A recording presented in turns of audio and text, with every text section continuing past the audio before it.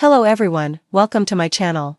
I hope everyone is having a wonderful day. Before starting the video, please go ahead and hit the subscribe button and give this video a like up. Chance and Kane make a startling discovery, and Kyle and Audra cross the line Friday, July 18, 2025. Today on The Young and the Restless, Phyllis and Sharon wonder who could be setting Nick up. The Abbotts speculate whether Kane is a killer, and Audra turns to Kyle with bad news. In his office, Kane shows Chance the security footage that he has been gathering, and the cop questions why they were being monitored. Kane assures him he hasn't been spying on anyone's bedrooms. He's confident the footage will clear him. When they get to the moment when Damien was attacked, the video blanks out.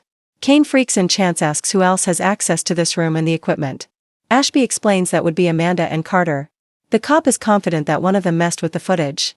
Why would I erase the only footage that would prove that I'm innocent? Kane asks. He needs to get to the bottom of this more than anyone because his freedom and life depend on it. The Abbotts speculate on Kane's guilt. Jack and Diane come upon Billy in the dining area. Groundhog Day again, Jack complains.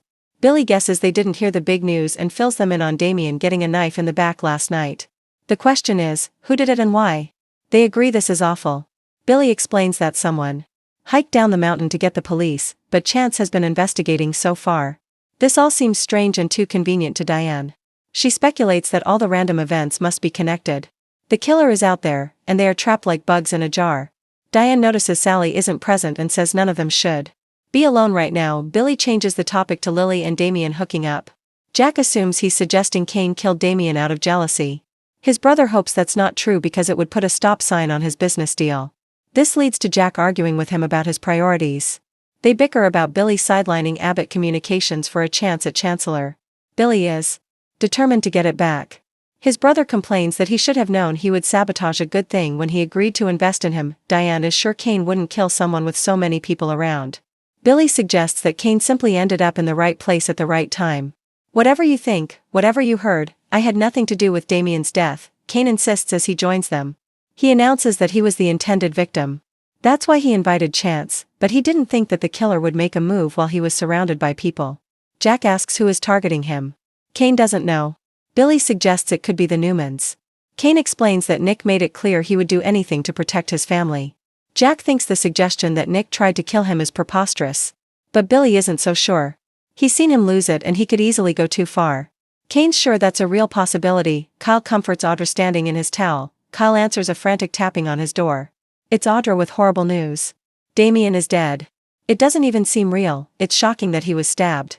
Poor Nate, she frets, adding that this will break Amy's heart. All she wanted was for Amy and Damien to make peace before she died. They did, and her friend was getting better because her son was in her life again. This news could destroy her. Audra wants to call home, but can't, so she doesn't know who to turn to. The moment Nate and Amy learn what's happened, their hearts will be smashed into a million pieces. Audra admits she's a mess. Kyle says she can stay as long as she needs to.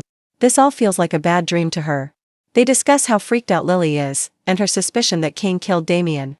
This doesn't make much sense to them, but Audra adds that love can make you do crazy things sometimes. So far, the police don't even seem to have been notified. Phyllis argues with Nick. Phyllis walks into the club car where Sharon and Nick are eating. None of them knows why they bothered to sleep last night. Phyllis asks Nick if anything else was found in his cabin last night. He says the dagger was enough and starts venting. He's worried about his parents. His father is ready to throttle Kane. Sharon is sure things will be sorted out once the police arrive. Nick doubts that Kane has even sent for them. Phyllis reminds Nick that she was with Kane last night and he couldn't have framed him. Nick assumes Kane could be stalling the cops to clean up the evidence. Chance can't really do anything. Any DNA from the killer at the scene of the crime is likely long gone by now. He complains that Ashby has been manipulating them all along. Phyllis remains certain that there is a reasonable explanation for what's happened. She suggests she's seeing things far more clearly than Nick is. Sharon agrees that this is all a puzzle. The redhead thinks Kane hasn't hidden anything. He's only had his heart broken by Lily and is hurting. Nick reminds Phyllis that Kane is framing her daughter's father for murder.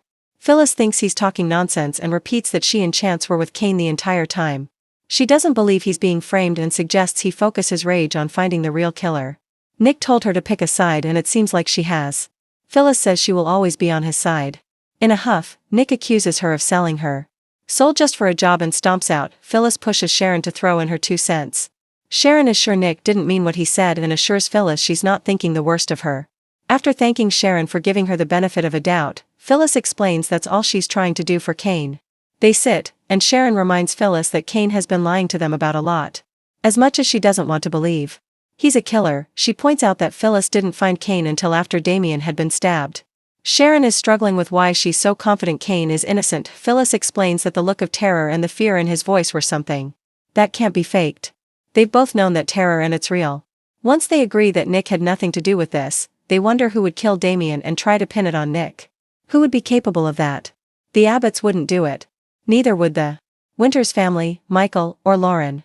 When they get to Sally, Phyllis wishes it was her or Audra, but concedes that they aren't killers. That leaves the people who work for Kane, and that means the murderer is out there with Nick and Kane in their crosshairs. Kyle and Audra cross a line in his train car. Kyle and Audra realize that coming on this trip was probably a bad idea. He wonders if Kane is playing an elaborate game by piling another mystery onto the other mysteries. Audra wouldn't put that past him, but points out that the corpse Lily saw was real. When a door slams, she jumps and rubs up against Kyle. He says, anyone would be rattled at a time like this. Kyle tells Audra they need to sit tight. He assures her they will be okay. When Kyle suggests she go to check on Lily, Audra admits she doesn't want to go anywhere. Running her hand over his arm, she says she feels safe with him. They look into each other's eyes and then start kissing. Intensely, Nick vows to blow things open. Nick runs into Chance outside the maze. He's not happy when the detective informs him that he checked the security footage and it goes blank at the time of the murder. This whole thing is a setup. He's been playing us the whole time. Nick insists. He recounts how Kane announced someone was trying to kill him and now someone is dead. Ashby has been manipulating everything. Chance knows that, but he's one cop with no resources and no jurisdiction. What is he supposed to do?